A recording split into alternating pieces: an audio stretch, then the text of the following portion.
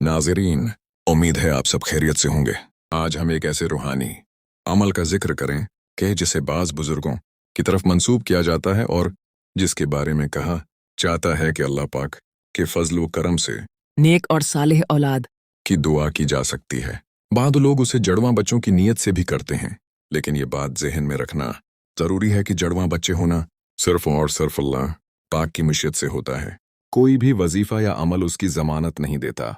अल्लाह पाक कुरान पाक में फरमाते हैं कि वो जिसे चाहे बेटियां अता फरमाता है, जिसे चाहे बेटे अता फरमाता है, जिसे चाहे बेटे और बेटियां दोनों अता फरमाता है, और जिसे चाहे बे औलाद रखता है।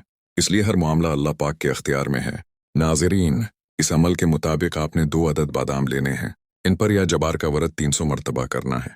वर्द मुकम्मल करने के बाद उन दोनों बादामों पर दम करें। उसके बाद शुहर एक बादाम खाए और दूसरा बादाम अपनी अहलिया को खिलाए। ये अमल 11 दिन तक मुसलसल किया जाए। कोशिश करें कि ये अमल पूरे यकीन, इखलास और अल्लाह पाक पर कामिल भरोसे के साथ किया जाए।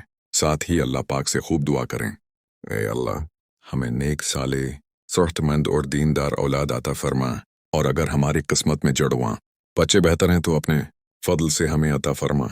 आमीन। नाज़रीन, याद रखें कि सिर्फ वजीफ़ा काफ़ी नहीं, बल्कि नमाज की पाबंदी, कुरान पाक की तलावत, हलाल और रिज़्क़ और इस्तिग़फ़ार भी इंसान की ज़िंदगी में बरकत का सबब बनते हैं। अगर मियाँ बीवी को औलाद होने में तभी मुश्किलात दरपेश हों तो रूहानी अमाल के साथ साथ किसी मुस्तनद डॉक्टर से भी ज़रूर रुजुआ करें। इस्लाम हमें दुआ के साथ इलाज इख्तियार करने की भी तालीम देता है। हज़रत ज़करिया अलैहिस्सलाम ने भी अल्लाह पाक से औलाद के लिए दुआ की थी। रब्बी ला तज़रनी फ़र्दन व अंत खैरु अलवारिसीन।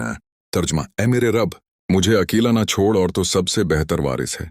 इस दुआ को भी कसरत से पढ़ें और अल्लाह पाक से अपनी हाजत मांगते रहें।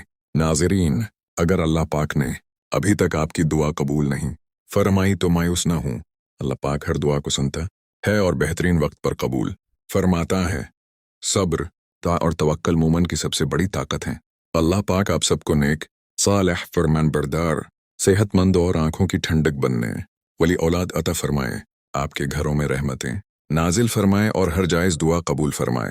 अगर आपको ये वीडियो पसंद आए तो उसे अपने अजीज़ों और दोस्तों के साथ ज़रूर शेयर करें ताकि ज़्यादा से ज़्यादा लोग इस रूहानी अमल से फ़ायदा उठा सकें। आखिर में दुआ है, अल्लाहुम्मा अर्ज़ुक़ना ज़ुर्रियतन तय्यिबतन सालिहतन मुबारकतन वजअलहा क़ुर्रता अयुनिन लना इन्नका समीउद दुआ। आमीन या रब्बिल आलमीन।